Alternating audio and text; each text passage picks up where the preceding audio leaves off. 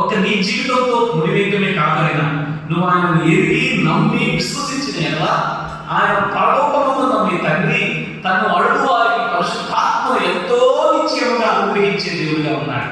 కాబట్టి ఈ దేవుడిని నువ్వు ఈ సాయంకాలం మనం పరిచయం చేస్తున్నాం. ఎందుకు పరిచయం చేయాల్సి వచ్చిందనంటే ఇంకా మిగిలిన విషయాలు మనకి ఇట్లా ఉన్నాయి. ఇర్మియా యెషయా గ్రంథం 63వ అధ్యాయం 5వ వచనం. యెషయా గ్రంథం 63వ అధ్యాయం 5వ వచనం ఏమంటున్నాడు చదువుతారా? నేను చూసి ఆశ్చర్యపడుతుంది. ఇప్పుడు గమనించండి. 4వ ప్రశ్న, 4వది, సహాయం చేయవాడు ఒక్కడూ లేకపోయాడు, ఆదరించేవాడు లేదు.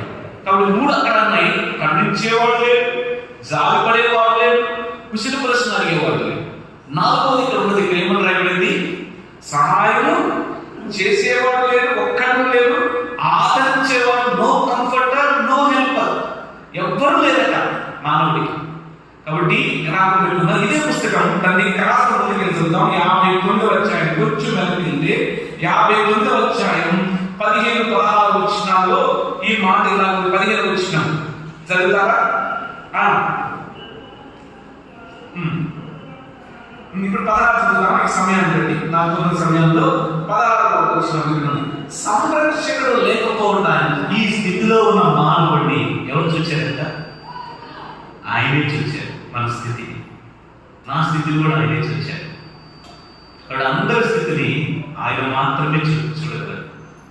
కాబట్టి సంరక్షకుడు లేకపోయాను. మరొక మాట ఉంది, మధ్యవర్తి, నో మీడియేటర్. కాబట్టి మధ్యవర్తి కూడా లేదు. ఏదైనా మనం చెప్పుకుందామంటే, ఏదైనా వివాదం తీర్చుకుందామంటే, ఎందుకంటే యెషయా గ్రంథం 59వ అధ్యాయం 1వ వచనంలో ఏంటి మధ్యవర్తిగా ఎందుకు ఆయన ఉండాలంటే మన దోషములను మనకును దేవునికి ఎలా ఉన్నాయంట? అడ్డముగా ఉన్నాయని మధ్యలో రాయబడింది. యెషయా గ్రంథం 59వ అధ్యాయం మధ్య మాట, ఆ మాట రాయబడింది. ఏమని రాయబడింది? మీ దోషములను మీకును మీ దేవునికి ఎలా ఉన్నాయి? అడ్డముగా ఉన్నాయి అన్నాడు. ఎలా ఉందంట? అడ్డముగా ఉంది.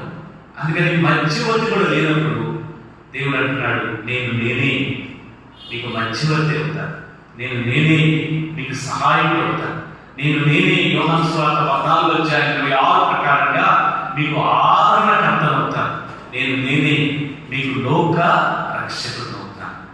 అందుకే మనందరూ పరిచయం. అందుకే చివరిలో ఈ 16వ అధ్యాయం 59వ అధ్యాయం 16వ వచనం చివరి భాగంలో ఈ మాట ఇప్పుడు రాసి పెడుతున్నాడు. అని ఏమంటున్నాడు చదువుతామండి. కాబట్టి ఈ స్థితిలో కాబట్టి అనే మాట ఎక్కడ తెలుగులో తారసపడ్డా మీరు ఆలోచించాల్సింది ఒక్క క్షణం ఆలోచించి చూడాలి.